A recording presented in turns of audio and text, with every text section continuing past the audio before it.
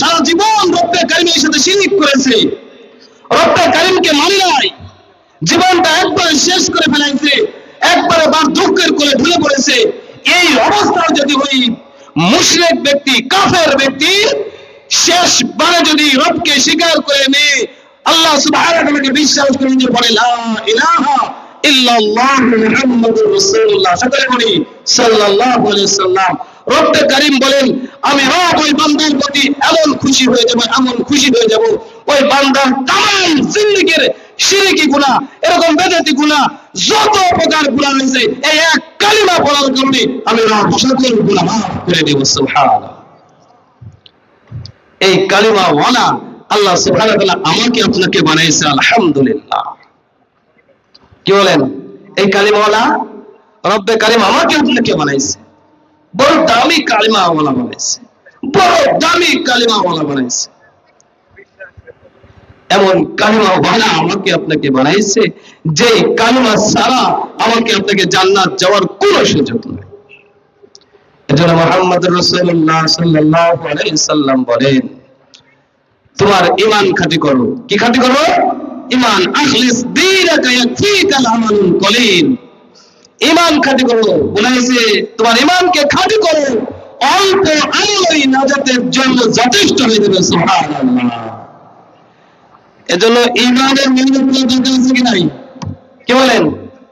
আমাদের জিন্দেগিতে সব জিনিসের মেহনত হয়, কিন্তু ঈমানের মেহনত হয় না। কি বলেন? ঈমানের মেহনত হয়। আমরা এরকম মানে মাঠ আবাদ করতেছি, এর পিছনে মেহনত করতেছি। আমরা বাসায় গরু পুষতেছি, গরু পালতেছি, এর পিছনে কি করতেছি? মেহনত করতেছি। আমরা এরকম চাকরি বাকরি করি, ওর পিছনে সময় দিই, ওর পিছনে মেহনত করি। কিন্তু আমার ঈমানকে বৃদ্ধি করার জন্য, আমার ঈমানকে তরুতাজা করার জন্য আমরা কি করি না? ঈমানের পিছনে মেহনত করি না।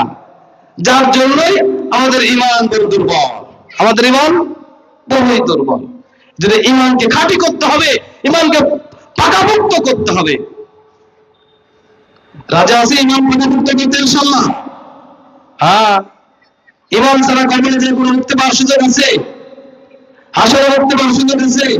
ফুলসিরাতে উঠতে পাওয়ার সুযোগ আছে? হাউজে কাউসার নবীজির হাতে পানি পাওয়ার সুযোগ আছে? কোনো সুযোগ নাই। এজন্য ঈমান সর্বপ্রথম। এজন্য কি সর্বপ্রথম? এজন্য কি সর্বপ্রথম বলেন তো আমাদের? ঈমান। ঈমান আছে তো সকল আমলের দাম আছে, ঈমান নেই তো কোনো আমলের কি বলেন দাম নাই। ঈমান আছে তো আপনার সুবহানাল্লাহ বলার দাম আছে, ঈমান আছে তো আপনার নামাজের দাম আছে, ঈমান আছে তো আপনার রোজার দাম আছে, ঈমান থাকবে তো আপনার হজের দাম আছে, ঈমান থাকবে আপনার দান সদকার দাম আছে, এরকম ঈমান থাকবে আপনার প্রতিদিন নেকির কাজের দাম আছে। ঈমান থাকবে না আপনার কোনো কিছুর দাম নাই। বললাম বলে যে হিন্দু ভাইয়ের দান করে কি করে না? আমার হিন্দু ভাইয়ের দান করে না, অনেক নেকির কাজ করে না, কিন্তু ওনাদের নেকি হবে না। কি হবে না বলেন? নেকি হবে না। কেন হবে না? কারণ যে প্রথম যে শব্দ লা ইলাহা ইল্লাল্লাহ, আল্লাহ ছাড়া কোনো মাবুদ নাই, এই কথা ভিতরে বসাতে হবে। এটা স্বীকার করতে দিতে পারে না। কে হিন্দু ভাই কেমন আল্লাহকে এক আল্লাহ বলে স্বীকার করে? না না না, আমরা বহু খোদা মানে। এজন্য প্রথম শর্ত হলো ঈমান। ঈমান যার থাকবে, নেকির প্রতিটা কাজ তার জন্য তার আমলনামে নেকি হিসেবে জমা হতে থাকবে। এজন্য প্রতিটা নেকির কাজ করার জন্য ইনশাআল্লাহ, এজন্য আমরা প্রতিটা নেকির কাজ করতে ইনশাআল্লাহ। আল্লাহ সুবহানাহু ওয়া তাআলা আমাদের সকলকে এরকম প্রতিটা নেকির কাজ করার তৌফিক দান করুন। আমিন।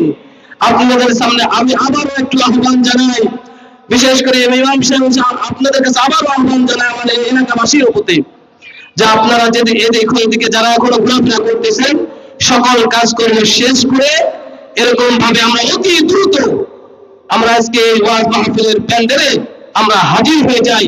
রব্বে কারীম আমাদের সকলকে এরকম ভাবে মিলেমিশে আজকের এই দোয়াতে এসে আমাদের মাতা পিতা, আমাদের আত্মীয় স্বজন সবার জন্য এরকম যেন আমরা একসাথে দোয়া করতে পারি। রব্বে কারীম আমাদের সেই সুযোগ, সেই তৌফিক আমাদের সকলকে দান করুন। ওয়া মা আলাইনা ইল্লাল বালাগ। আসসালামু আলাইকুম ওয়া রাহমাতুল্লাহি ওয়া বারাকাতুহু।